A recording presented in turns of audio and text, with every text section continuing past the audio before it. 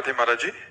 महाराज जी, मैं जितना भजन करने का आपकी कृपा से, आपके बल से प्रयास कर रही हूँ, उतना ही मुझसे अपराध बन रहे हैं। कृपया मार्गदर्शन करिए। मैं ऐसा कैसे हो सकता है कि हम सतमार्ग में चलना चाहें और मुझसे अपराध बने? इसको हमें बताओ कैसे।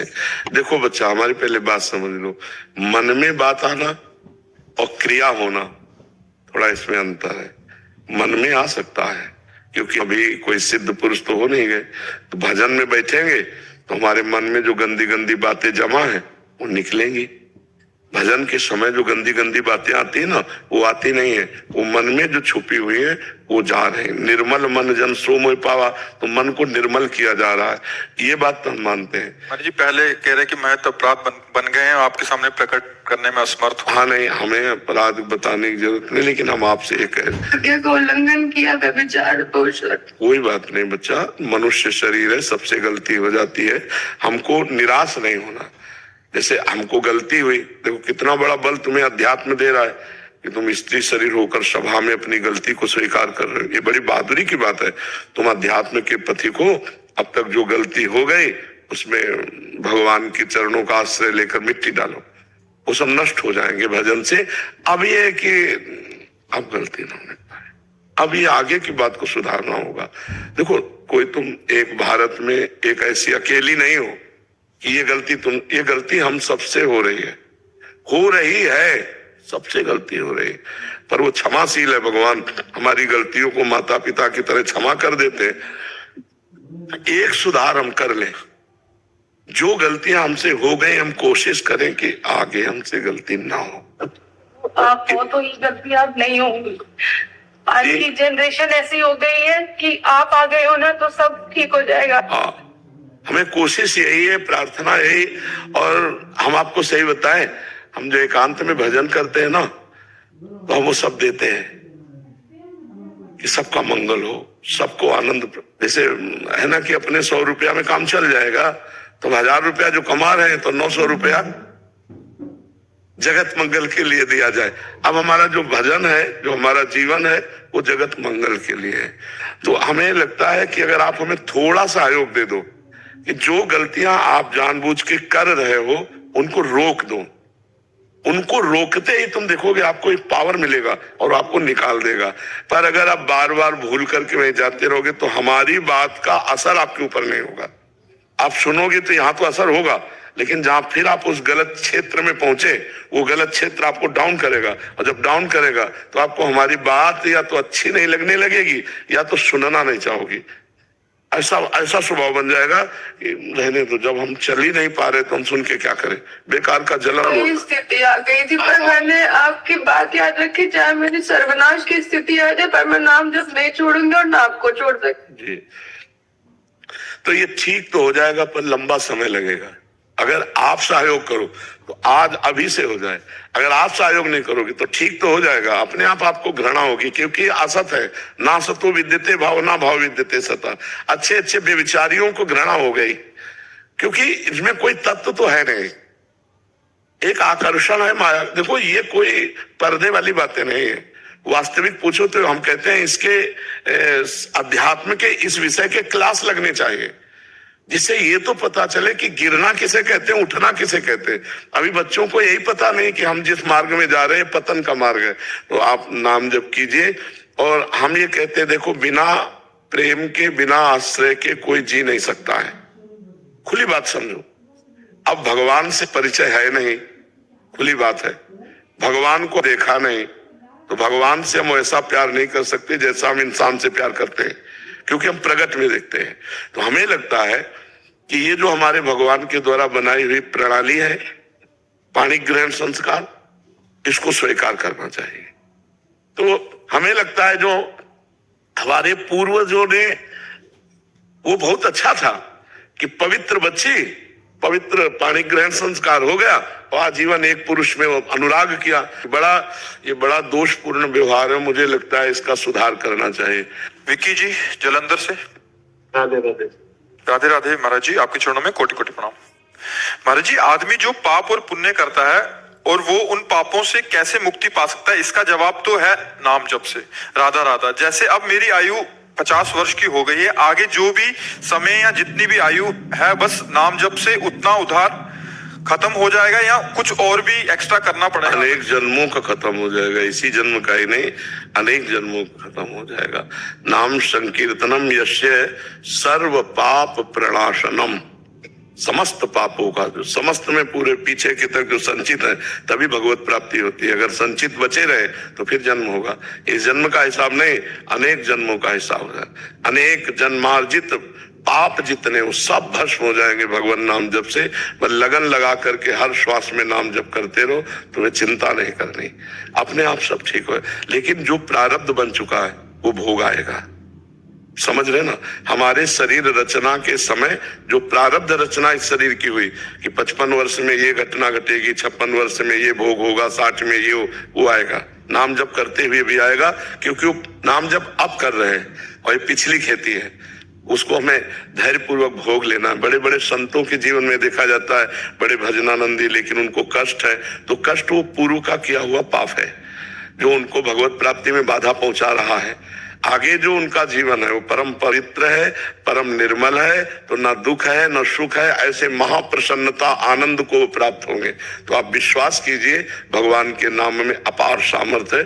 वो पहाड़ जैसे पाप को भी नष्ट करने के लिए रुई जैसे पहाड़ के रुई जमा और एक दिया सलाई लगाई भस्म हो गई, ऐसे भगवान के नाम की अपार सामर्थ्य है। केवल इसी जन्म का आप देखो, अगर एक क्रिया का दंड देखो तो पूरा जीवन बर्बाद हो जाए।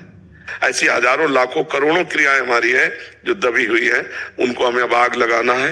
नहीं वो दंड देने के लिए उतावली होकर जब आ जाएंगे तब आग नहीं लगा पाएंगे। हाँ, पहले जो किए हुए जमा है अब उनको अभी भस्म कर सकते हो, क्योंकि अभी तैयार नहीं हुई आपको दंड देने के लिए। दंड बिल्कुल निर्धारित हो गया, अब भोगना पड़ेगा। तो जैसे प्रारब्ध है शरीर का वो तो निर्धारित हो चुका है, तो उसे भोगना पड़ेगा, कोई नहीं काट सकता।